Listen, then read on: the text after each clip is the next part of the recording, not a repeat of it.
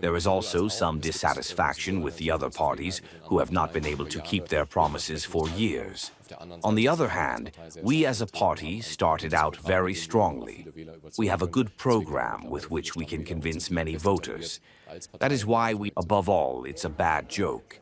On the one hand, it's democratic donations, and on the other, it's not accepting democratic elections. They're going into democratic elections like any other party these days, and they're being elected in the major polls. Even the strongest force here in Germany isn't being accepted, and yet they're still trying to forge a coalition around us. However, that just shows how bankrupt the other parties are when it comes to... Yes, actually, it is relatively good.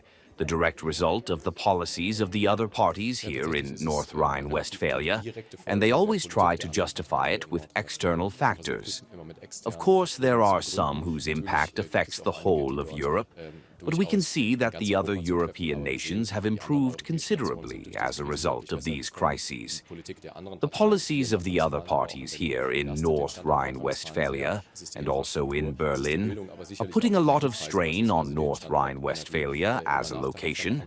That is the infrastructure, that is education, but certainly also the energy prices, for example, are making NRW more and more of a disadvantage and are of course also providing the AfD with precisely the points of attack. We say energy must be reliable. It must be cost-effective, and above all, it must be widely available. Yes, we are indeed on the side of the majority of the population. It's immigration policy, energy policy, and also internal security, which we, of course, criticize very strongly, because in all three areas there are majorities who want a change in policy.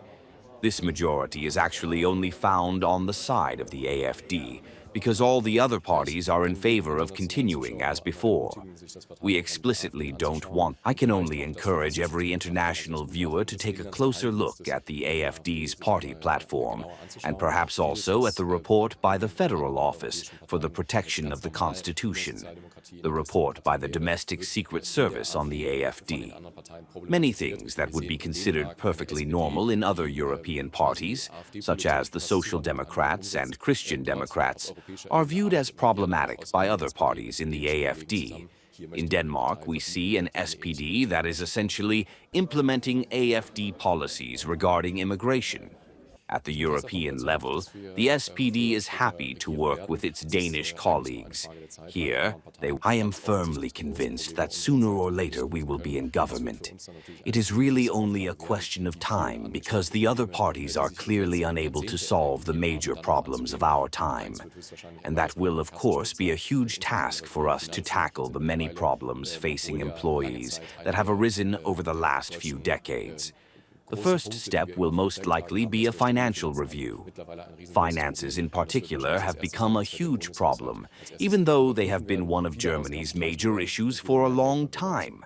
That will probably be the first step. We will review the federal budget. Yes, the other parties are increasingly narrowing what can be said and trying to pursue policies that ignore entire blocks of issues. We saw this in the election campaign, for example, in Cologne, the largest city in North Rhine-Westphalia, where people no longer wanted to talk about the important topic of migration. We were the only party that brought this issue up again, one of the issues that is closest to people's hearts, and that will certainly be our challenge, to unite very different milieus and very different voter groups in a conservative People's Party. That's what defines us. We do argue passionately at times, but that is our aim.